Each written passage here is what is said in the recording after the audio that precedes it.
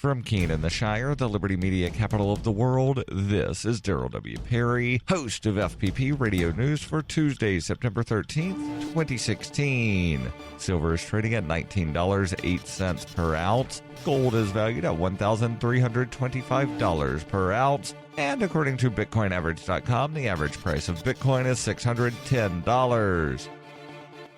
Antiwar.com reports the Syrian ceasefire went into effect on Monday evening across the entire country. Despite a handful of claims of violations, it appears they have largely been intact. Across the country, there is considerable tension and many expect the deal to fail, but there is also a calm. The largest reported incident of fighting was in the far southern Daraa province, where southern rebels who were supposed to be part of the ceasefire bragged of killing 4 soldiers after it was supposed to have gone into effect. Helicopter strikes were also reported against the rebel-held half of Aleppo, though since the area is held by the Nusra Front, which is not a party to the ceasefire, it is unclear if they actually amount to a violation or not. The plan is for the ceasefire to last 7 days, leading to joint U.S.-Russian operations against some rebel factions within Syria. This presumably will include attacks on Nusra as well as the Islamic State, though details are relatively scant on the matter. There's also some hope that it would lead to peace talks which might resolve the war, though this appears to be a real long shot, and getting those rebels to even agree to participate in peace negotiations has historically been all but impossible and filled with preconditions demanding unilateral government surrender before the talks.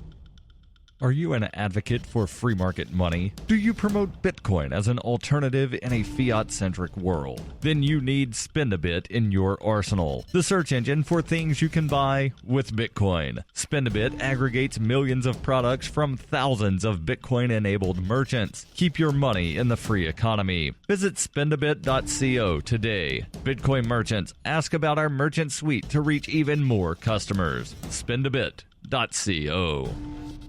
UPI reports a federal appeals court will consider whether the government can bar people from taking pictures of their ballots in voting booths. The First Circuit Court of Appeals in Boston will hear arguments on Tuesday whether it is a violation of free expression or a way to prevent fraud. New Hampshire became the first state to prohibit so-called ballot selfies in 2014. The law makes it a crime punishable by a fine of up to $1,000 for a voter to take a picture of their ballot and post it on social media. The law was blocked a year ago by a federal judge and the state appealed. This law was amended from one in 1979 that makes it illegal for a voter to show a ballot to someone else with the intention of disclosing how the person plans to vote. 3 New Hampshire voters who are challenging the law took selfies as they voted. New technology, namely the smartphone, is in conflict with concerns about vote buying that date back to the 1800s. Gilles Bissonnette of the American Civil Liberties Union of New Hampshire, representing the challengers, says there isn't a single instance of vote buying in the state and no one has complained to New Hampshire officials about the ballot selfies.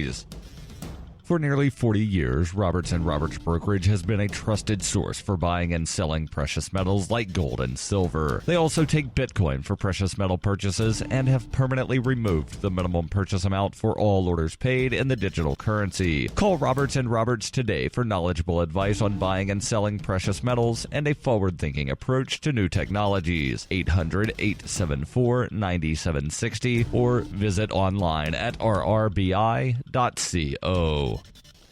Reuters reports a grand jury will hear evidence of whether Chicago police officers lied to justify the 2014 shooting death of a teenager by a police officer, according to local media reports on Monday. Patricia Brown Holmes, a special prosecutor appointed by Cook County Judge Leroy Martin Jr. in July, motioned for a grand jury on Monday after looking at preliminary information. She did this so that people would know there was fairness in the process. Martin accepted the motion and said he would convene a special grand jury to hear evidence, according to the Chicago Tribune. The October 2014 killing of Laquan McDonald, who was shot 16 times by Officer Jason Van Dyke, brought intense national scrutiny on Chicago's police force. A police video of the shooting released more than a year later made headlines across the country and prompted calls for Mayor Rahm Emanuel to resign. The video footage showed Van Dyke continuing to fire after McDonald had fallen to the ground. Van Dyke is facing charges of first-degree murder and is on unpaid leave. Van Dyke has pled not guilty. The police report on the shooting conflicted with the video footage, sparking accusations that Van Dyke's fellow officers were trying to cover up an unjustified shooting. Last month, the chief of Chicago's police department recommended that 5 officers, including Van Dyke, be fired over their role in the shooting.